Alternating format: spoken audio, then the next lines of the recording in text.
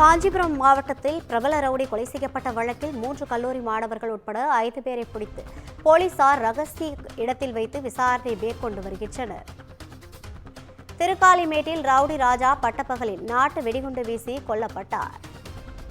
Rowdy ராஜா மீது கொலை முயற்சி, ஆள்கடத்தல் உள்ளிட்ட 28 வழக்குகள் நிலுவையில் உள்ள நிலையில் அவரை நாட்டு வெடிகுண்டு வீசி கொலை செய்யப்பட்டார்.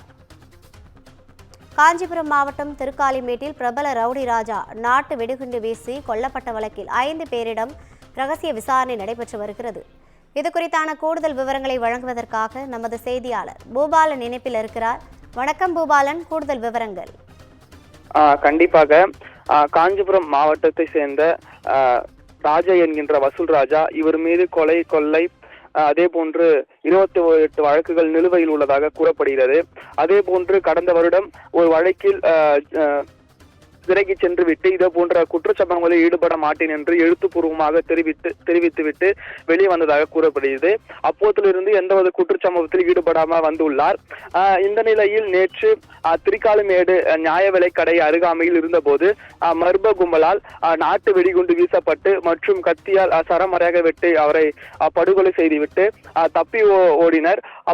தப்பி ஓடிய சிசிடிவி காட்சியும் அண்மையில் வெளியாகியிருந்தது.